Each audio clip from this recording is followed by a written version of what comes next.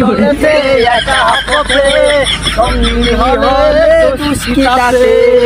এই দোস্ত এই মেল দে বিড়ি খাই, বিড়ি নেশা উঠে গেছে।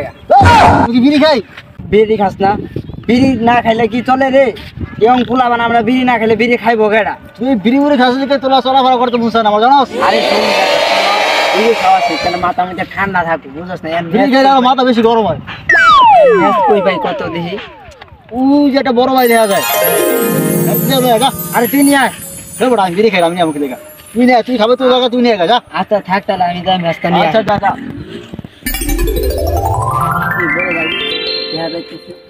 এ ভাই আপনার কাছে ম্যাচ আছে? হ্যাঁ না নাই, যা দূর যা। এ ভাই ম্যাচটা দেন। আরে ব্যাস নাই, যা। আরে এত বড় মানুষ আপনি বিড়ি খাইন না? দেন ম্যাচ দেন। এটা রে ভাই ভাই ভাই ভাই তুই আমার তো ম্যাচ তোরা তোরা সব।